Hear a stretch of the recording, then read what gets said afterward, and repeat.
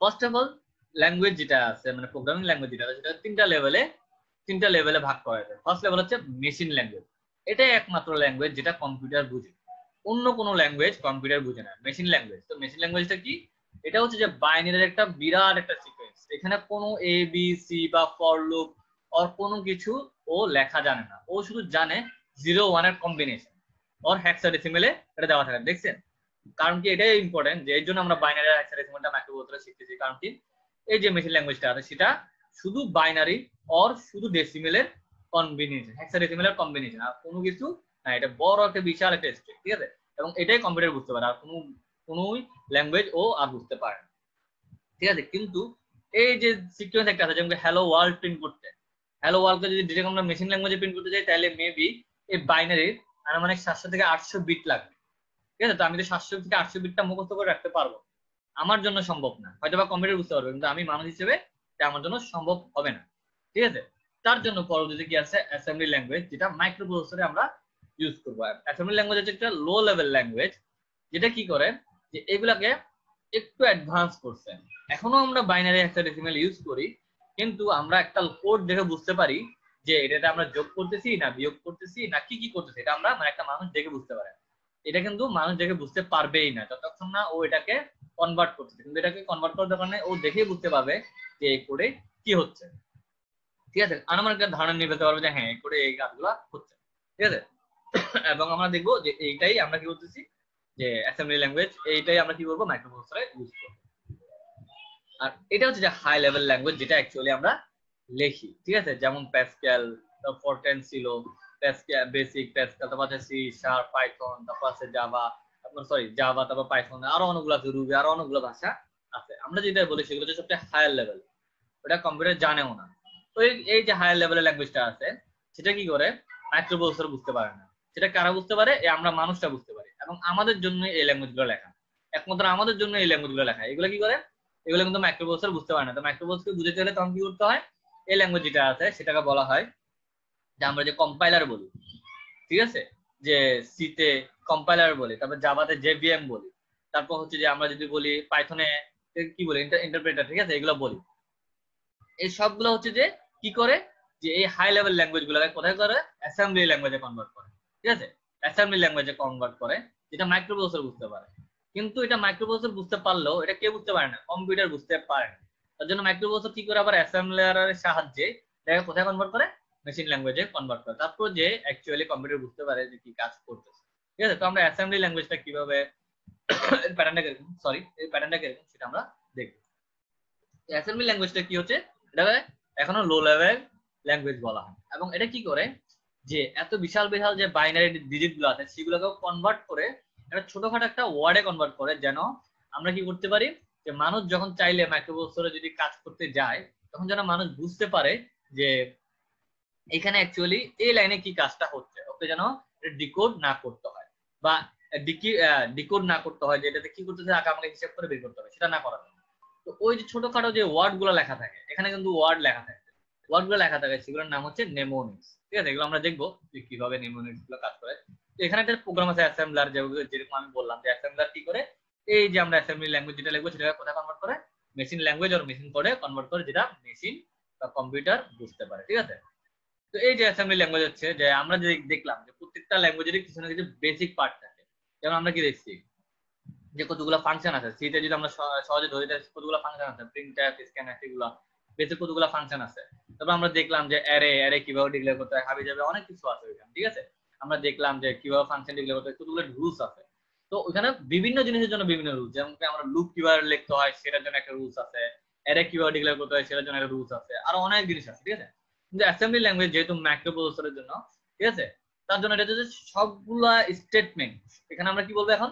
আমরা এখন আর ইনস্ট্রাকশন বলবো, ইনস্ট্রাকশন, ঠিক আছে? প্রত্যেকটা লাইন একটা এক একটা ইনস্ট্রাকশনকে প্রধানত 4 ভাগে বিভক্ত করা হয়েছে। একটা হচ্ছে যে লেভেল, আর হচ্ছে অপকোড অর নিমোনিক, তারপর হচ্ছে অপারেন্ট, আর হচ্ছে কমেন্ট। তাহলে 4টা পোর্শন আছে, এবং প্রত্যেকটা স্টেটমেন্টে যে 4টা পোর্শন থাকবে সেটা জরুরি না, যে কোনো একটা থাকতেও না পারে, বা একটা শুধু থাকতে পারে সেরকম হতে পারে, ঠিক আছে? তো আমরা এখন দেখি অ্যাসেম্বলি ল্যাঙ্গুয়েজটা কিভাবে কাজ করে। তো অ্যাসেম্বলি ল্যাঙ্গুয়েজ হচ্ছে যে প্রধানত কয়টা পোর্শনে বিভক্ত? লেভেল, অপকোড, অপারেন্ট, কমেন্ট, এবং একটা সম্পূর্ণ একটা ইনস্ট্রাকশন লেখা আছে সবগুলা উদাহরণ সহ, সবগুলা লেভেল সহ যে কিভাবে আমরা একটা জিনিস লিখতে পারি। তাহলে সবার আগে কি আছে? লেভেল।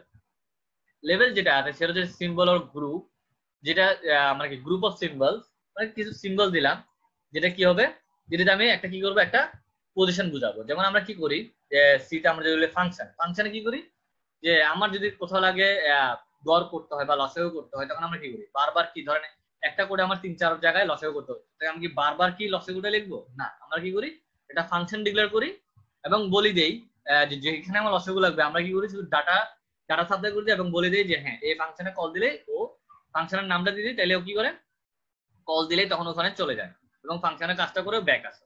একইভাবে এই লেভেলটাও এইভাবে কাজ করে। আমি যখন কোন একটা ইনস্ট্রাকশনের পাশে এই লেভেলটা লিখে দিব, ঠিক আছে, তখন কি হবে, যে কোনো জায়গায় যদি আমি এই লেভেল দিয়ে এই নেক্সট, যেমন আমি লিখলাম নেক্সট, এই জিনিসটা লিখলাম, তাহলে কোথাও যদি আমার এই জিনিসটা কাজে লাগতে হয় বা আমাকে, তাহলে বারবার আমি এই জিনিসটা না লিখে কি করবো, এই নেক্সট কে কল দেবো, কল দিলে কি করবে ওই জায়গায় যে এই জিনিসটা আমাকে আবার হিসেব করে দিয়ে দিবে। ঠিক আছে, ধরে নেন যে এই জায়গাটায় আমার বারবার লাগবে, তার জন্য এটা তো সরি লেভেলটা এভাবে কাজ করে। এবং লেভেলটা এন্ড হয় কিভাবে, এটা ইম্পর্টেন্ট আছে, লেভেলটা কোলন দিয়ে এন্ড হয়, এটা একটু মোস্ট ইম্পর্টেন্ট যে লেভেলটা কিভাবে এন্ড হয়, লেভেলের এন্ড হয়ে যায় কোলন দিয়ে। ঠিক আছে, এটা একটু ইম্পর্টেন্ট আছে।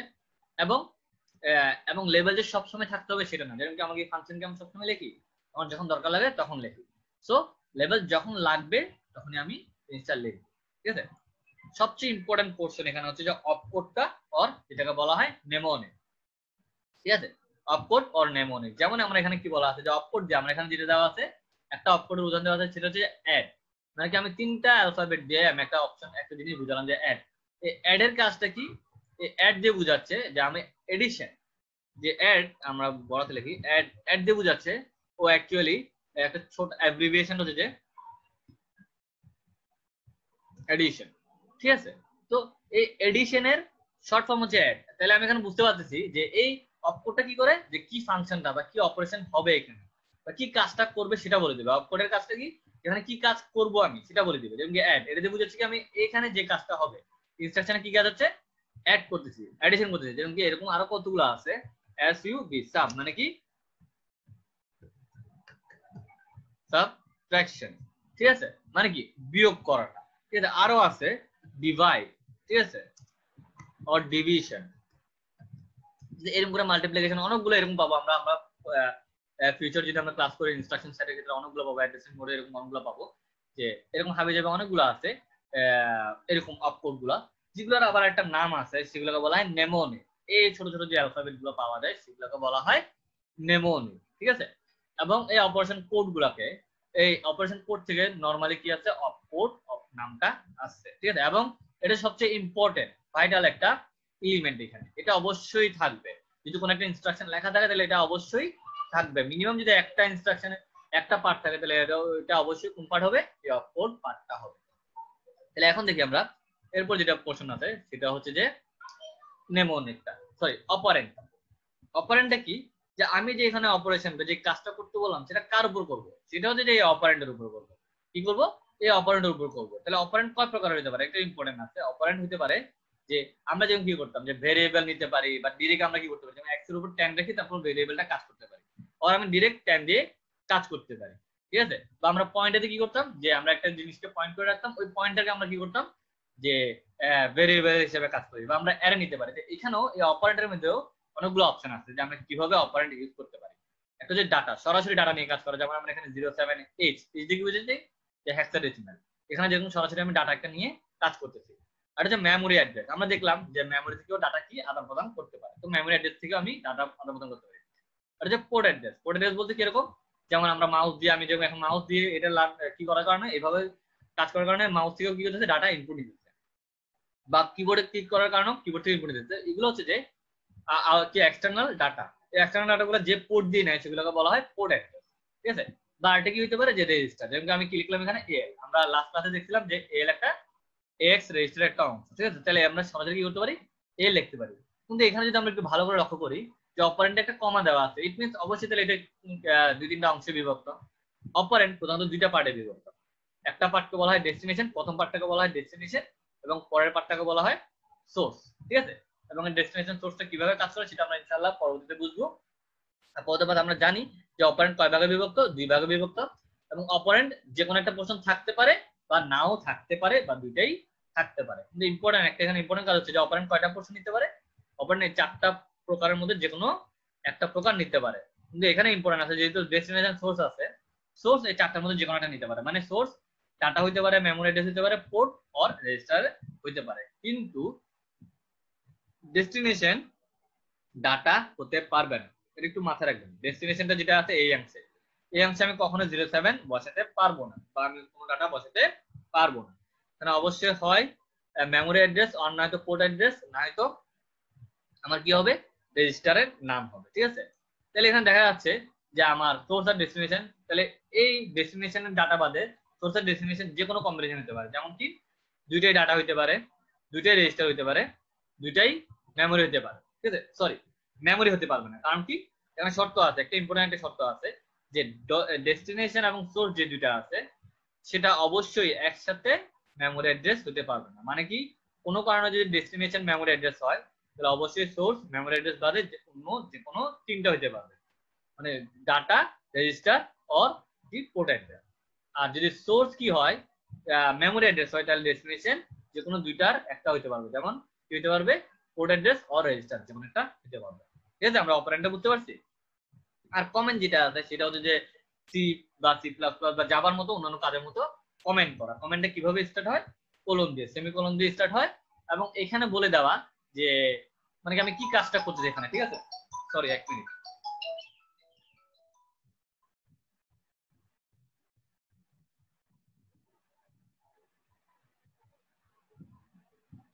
সো কমেন্ট হচ্ছে যে বাস এখানে বলে দেওয়া যে আমি কাজটা কি করতেছি, কারণ কি আমরা কোড অনেক সময় লেখার পর অথবা নাও বুঝতে পারি যে কি লেখা হয়েছে। যেমন অ্যাড, যে এই অ্যাড অফ কোডটা জানে না তাহলে সে এই কমেন্ট দেখে বুঝতে পারবে যে হ্যাঁ এখানে যাই হোক এখানে যোগ বিয়োগ একটা যোগের কাজ চলবে। ঠিক আছে, তো আমরা অ্যাসেম্বলি ল্যাঙ্গুয়েজের যে নর্মাল স্টেটমেন্টটা আছে এটা আমরা বুঝতে পারছি যে এটা কি বোঝায়।